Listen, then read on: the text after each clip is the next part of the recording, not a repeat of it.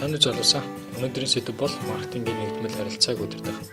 Энэхүү сэдвийн хүрээнд маркетингийн нэгдмэл харилцааг хэрхэн зөв зохистой удирдах, хэрхэн үр дүнтэй удирдах талаар үзэх болно.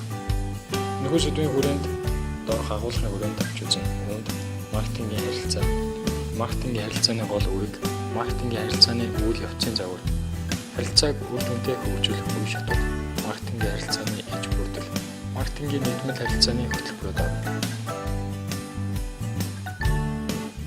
Маркетингийн харилцааны үүрэг гэдэг нь аж ахуйн нэгжүүд нь бараа болон бүтээгдэхүүнээ цаашлаад брендийн талаарх мэдээллийн хэрэглэгчдэд шууд бусгаар сануулж мэдээлэл хүргэх үйл явцыг хэлнэ. Маркетингийн харилцааны иж бүрдэл нэгдүгээр зар сурталчилгаа. Зар сурталчилгаа нь маркетингийн урамшууллын иж бүрдлийн хамгийн гол элемент юм. Борлуулалтын урамшуулал үүнд шагнал болон бэлэг, купон, бонус зэрэг хамаардаг. 3 дугаар туршлага. Давуу болон сул талаа олж чадсан эсхийг авч үзнэ. 4-р олон нийтэд харилцах. Олон нийтийн хэвлэл мэдээллийн хэрэгсэл, телевиз, радио, сонин сэтгүүлийг ашиглаж болно. Шууд маркетинг үүнд мессеж болон мэйл илгээх, утсаар ярих зэрэг хэрэглэгчтэй харилцааг үүсгэнэ. Харилцах маркетинг байгууллагын дотоод сүлжээ болон интернет вебсайтуудыг ашиглан харилцаа холбоо үүсгэнэ. Амнаас ам давцын маркетинг тухайн хэрэглэгч өөрийн мэдээлэл авсан мэдээллийг нэгэндээ дамжуулах маягаар үүсгэнэ. Бичсэн борлуулалт буюу бүтээгдэхүүнийг шууд хэрэглэгчдэд хүргэхийг хэлнэ.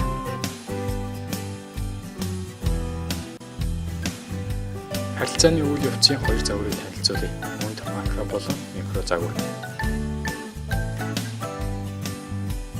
Харилцааны үйл явцын макро загвар. Үүнд илгээгч нь хүлээн авагчид мэдээллийг хүргэхдээ кодчлон мөн хүлээн авагч нь мэдээллийг кодыг тайлах замаар хүлээн авдаг. Энэ хугацаанд мэдээлэл сайн болон муу болох замаар шүүгэн ордог. Харин хүлээн авагч нь мэдээллийг хүлээн авснараа хариу үйлдэл үзүүлж буцах холбоо үүсгэх замаар хүлээн авах илгээгчид дамждаг. Илгээгчийн микро загвар үүнд танин мэдхэн үе шат, нөлөөллийн үе шат, зан төлөвийн үе шатаас бүрднэ. Жишээлбэл AIDA загварын хувьд танин мэдхэн үе шат нь анхааралтай авч эхэлдэг бол нөлөөллийн үе шатад сонирхон өсөж эхэлдэг. Харин зан төлөвийн үе шатад үйл ажиллагаа болгоо ирдэг. Харилцааг үр дүнтэй хөгжүүлэх үе шатууд. 1-р зорилттой бүлгээ тодорхойлох, зорилтуудаа тодорхойлох, зураг төслийн холбоо, сувг тодорхойлох, төсвөө тодорхойлох, мэдээллийн холилцоо шийдэх, үр дүнг тодорхойлох, маркетингийн нэгдмэл харилцааг удирдах зэрэг байна. Зорилттой бүлгээ тодорхойлох.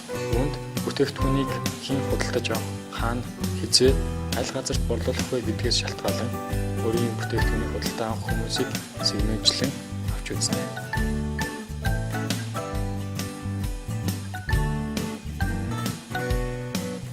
Зорилтуудаа тодорхойлох. Үүнд дээрх сегментчлэн авчсан хэрэглэгчдэд бүтээгдэхүүнийхээ талаарх нэгдмэл харилцааг үүсгэх, бүтээгдэхүүнийг хүргэх замаар доорх зорилтуудыг хэрэгжүүлнэ.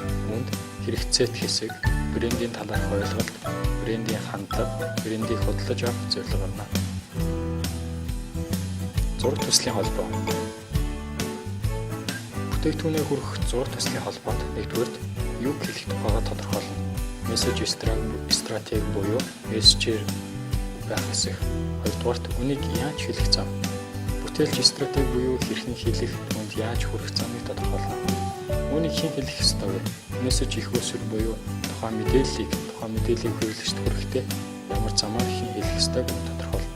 4-дүгээрт сувг тодорхойлох. Сувг тодорхойлох 3 төрөл байдаг. 1-р хувийн харилцааны сувг, хувийн бус харилцааны сувг, сувгийн нэгдэл.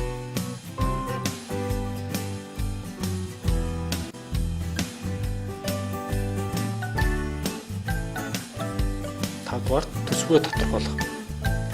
Үүнд тухайн харилцааг тогтоохын тулд боломжит төсвийн аргуудыг бид санал болгож байна.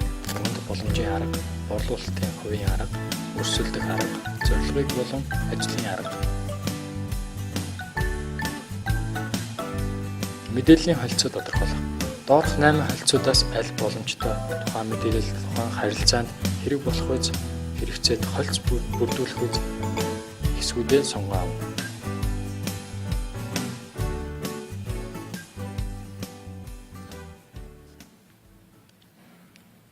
Created using Powtoon.